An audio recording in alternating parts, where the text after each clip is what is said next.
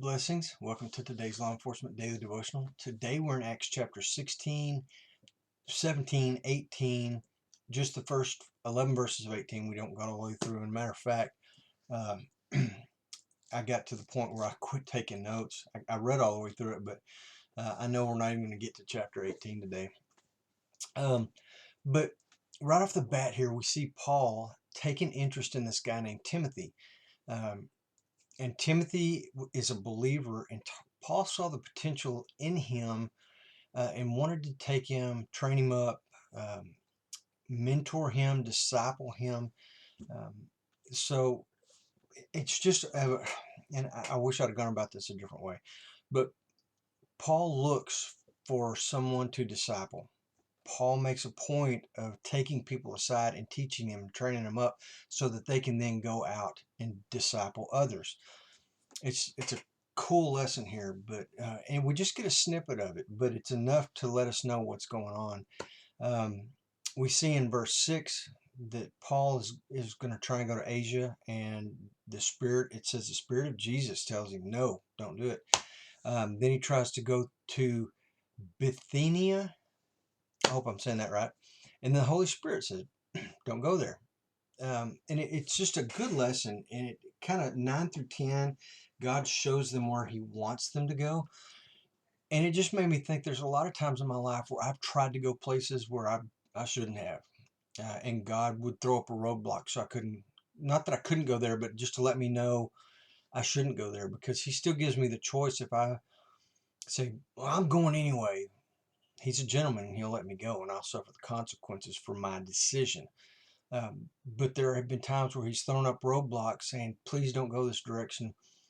And I've gone a different direction. And there's times where I've gone the direction that he's chosen for me. So just a real neat lesson that comes out of this.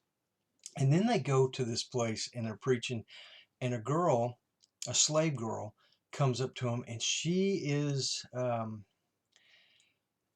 a witch. She's just able to prophesy, basically. Um, and so she follows Paul around, and she's prophesying. She's speaking the truth that they've come from Christ. Uh, but after a couple of days, Paul gets tired of this and gets annoyed by it, and he casts the spirit out of her.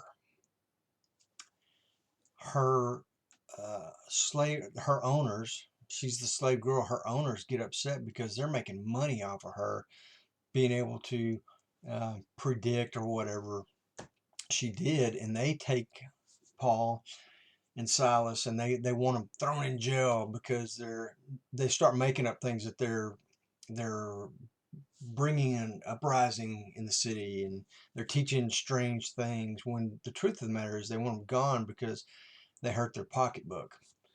So Paul and Silas get arrested, and not before they get beaten. They take a pretty good beating, and then they get thrown in jail. And this is, that famous verse where Paul and Silas were in the deepest, darkest dungeon, but they're singing praise to God, and the earthquake comes. Talks about the jailer, and when this earthquake comes and the doors are opened, the jailer sees it, and if any prisoners escape um, while you're a jailer or while you're on watch, the penalty is death. And we know that because we just saw Herod kill, what do we call it, not four groups, but four, um, not battalions or legions, but anyway, four.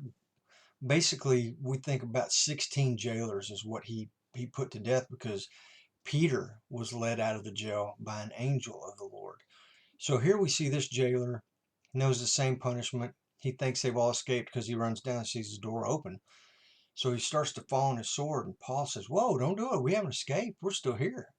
And the guy can't believe it. Why would you not escape?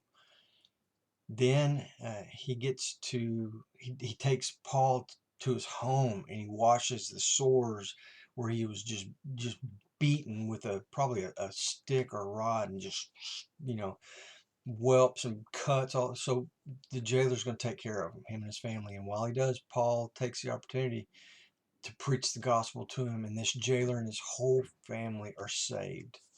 awesome story because Paul had an opportunity and he took advantage of the opportunity. God gave him an opportunity. A lot of times I used to think this earthquake shook the ground to open that prison door so Paul could escape. I mean, that's got to be why. But sometimes maybe God created that earthquake so the jailer would be saved. Maybe that was the reason.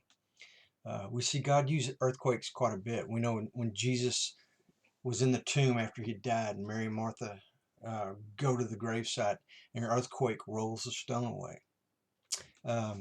In 1 Samuel, there's a story where Jonathan and his armor bearer are going to go up on the mountain and they're going to kill the Philistines.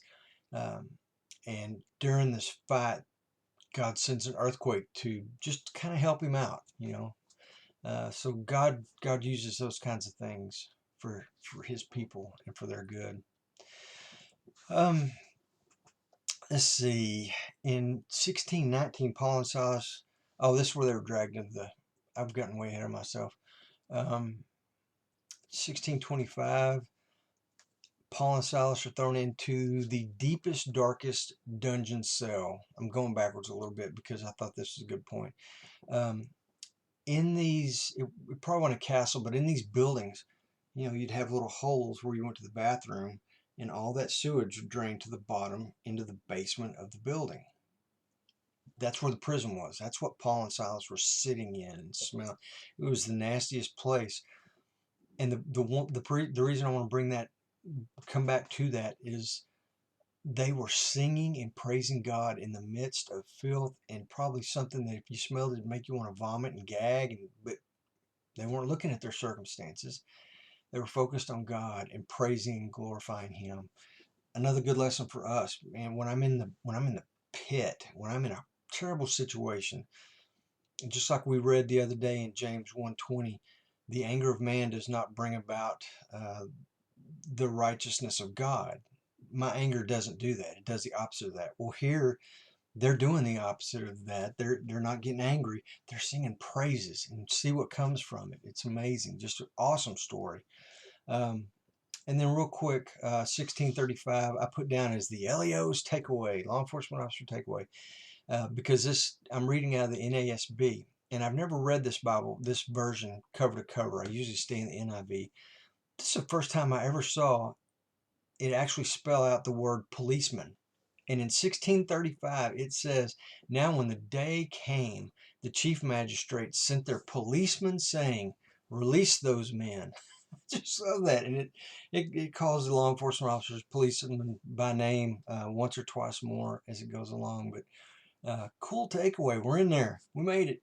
But anyway, uh, I hope you're able to read 17 and 18, 1 through 11. I just don't have time to get into those today.